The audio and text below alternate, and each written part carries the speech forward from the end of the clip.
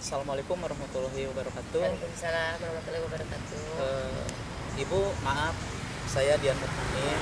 Saya peserta calon ini. Saya memiliki tugas untuk mewawancarai Ibu perihal ilmu etika dan ilmu moral ya.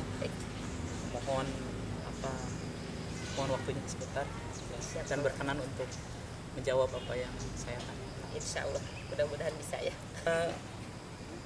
Pertanyaan yang pertama, Ibu, yang ingin saya sampaikan, yang pertama itu selama Ibu menjabat sebagai kepala sekolah, bagaimana Ibu dapat mengidentifikasi kasus-kasus yang merupakan ini adalah kasus dilema etika dan ini adalah kasus bujukan orang.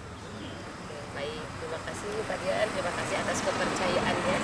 Walaupun sebenarnya izin memperkenalkan diri ya, nama saya Nur Hasana. Saya kepala sekolah di SDN Taringgulande dan baru 1 tahun ini sebenarnya menjadi kepala sekolah. Jadi kalau ditanya tentang kebijakan sih sebenarnya agak gimana gitu ya, tapi mudah-mudahan bisa terjawab ya. Terkait pertanyaan pertama dari Pak Dian, mungkin saya pun membaca-baca sedikit gitu ya referensi-referensi terkait dilema etika dan bujukan moral.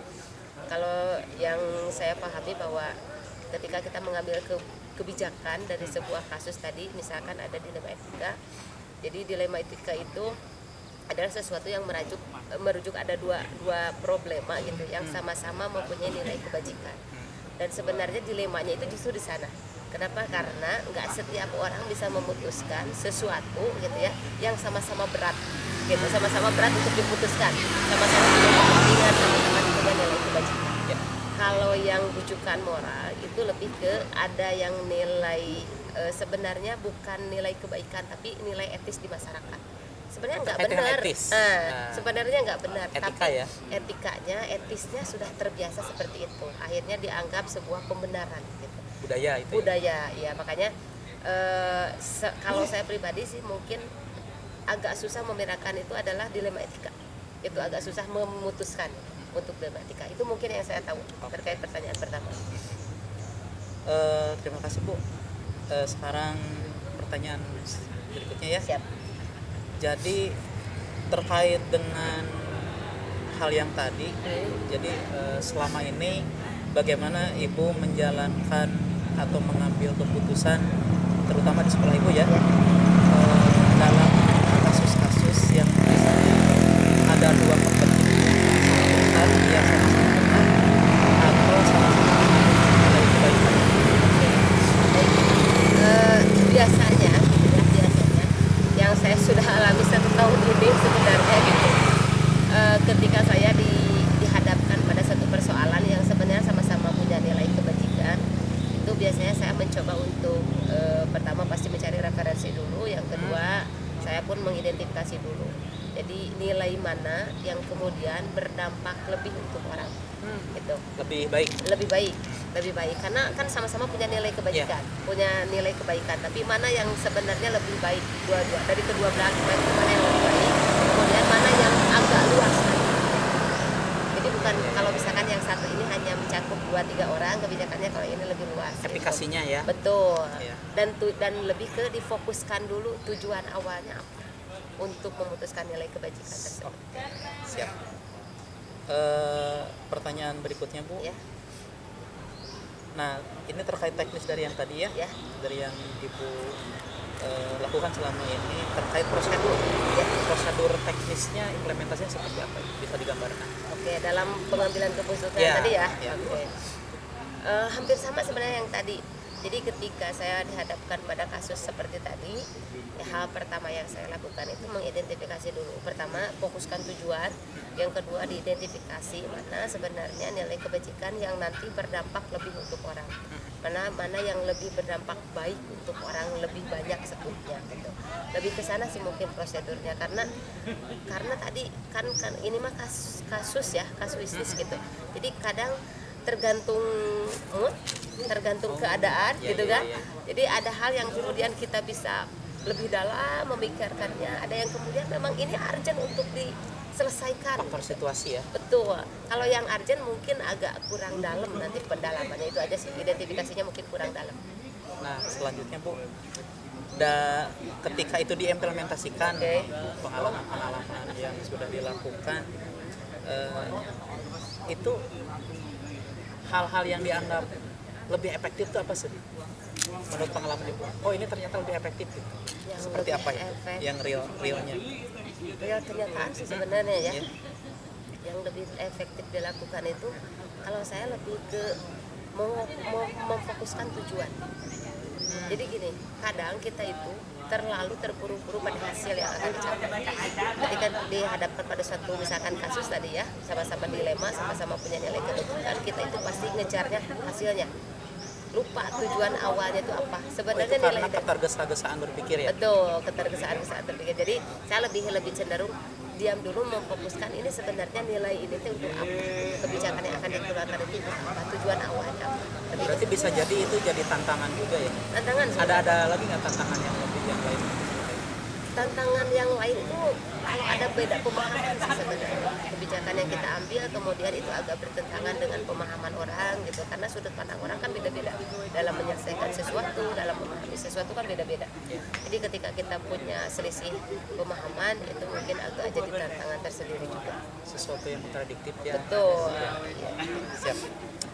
Berikutnya Bu, masih ada ini. Apakah untuk menyelesaikan kasus-kasus yang dilema etika atau bahkan bujukan orang, Ya. Ibu memplotnya di dalam pada schedule tertentu itu yang sudah ditentukan atau gimana? Tidak sih sebenarnya, karena tadi bersifat kasuistis ya. Kalau ada kasusnya, kemudian memang ada sesuatu yang kemudian ternyata kita dihadapkan pada persoalan tersebut ya baru kita selesaikan. Jadi tidak terjadi. Iya. Oke. Terus yang berikutnya Bu, tadi kan saya tanya tantangan gitu. Ya, Yang saya ingin tanyakan, ada nggak sih faktor-faktor bisa di situ sumber daya atau bahkan manusia itu bahkan yang menjadi nilai dukung. mempermudah gitu ya, Mempermudah proses. mendukung itu ya, Betul. ada tidak? Ada pasti. Iya. Ada. Pertama gini, kalau di sekolah itu kan kita kerjanya tim. Ya, Betul. teamwork Kalau ya. betul. Walaupun misalkan kita itu perumus kebijakan, kita itu kan perumus kebijakan kalau kepala sekolah. Tapi kita punya tim yang sebenarnya mungkin saja ketika ada salah satu kasus tertentu mereka lebih paham. Jadi alangkah baiknya kita membuka diri. Saya pribadi sih membuka diri. Ini kemudian didiskusikan bersama. Akhirnya nanti akan timbul ide-ide dari berbagai macam sudut pandang. Kita ambil garis tengahnya yang bermaslahat untuk orang banyak. Kemudian nilai kebajikannya juga lebih baik gitu ya. Kemudian kita ambil. Karena kita punya tim, yaitu daya dukungnya sebenarnya. Punya tim yang solid. Oke, karena itu sistem sudah terbangun ya. Betul, sistemnya sudah terbangun. Alhamdulillah. Ibu, ini pertanyaan terakhir ya. Siap. Insya Allah dari saya. Tentunya tadi banyak pengalaman Ibu yang sudah saya sudah sampaikan, menggambarkan bahwa itu terkait dengan dilema etika bukan hanya sekali atau dua kali saja.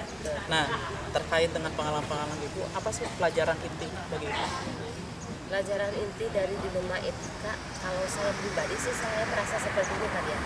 Sebenarnya dilema etika itu bukan hanya ada pada kasus misalkan kita mau membuat kebijakan saja di sekolah, tapi pada kehidupan sehari-hari. Benar nggak? Bukan hanya pada Tataran kebijakan, kelembagaan ya. bukan kelembagaan saja, tapi ini sebenarnya dilema etika itu terjadi pada kehidupan sehari-hari. Contoh setiap hari misalkan kita antara anak satu dan anak satu berselisih, sebenarnya nggak ada yang salah, nggak ada yang benar. Itu kan jadi dilema etika. Kemudian banyak hal sebenarnya dalam kehidupan yang bisa kita ambil. Maka kalau kemudian bukan kasus lah, pembelajaran seperti yang Patian pelajari hari ini mungkinnya di CGP tentang dilema etika itu sangat menarik sebenarnya. Kenapa?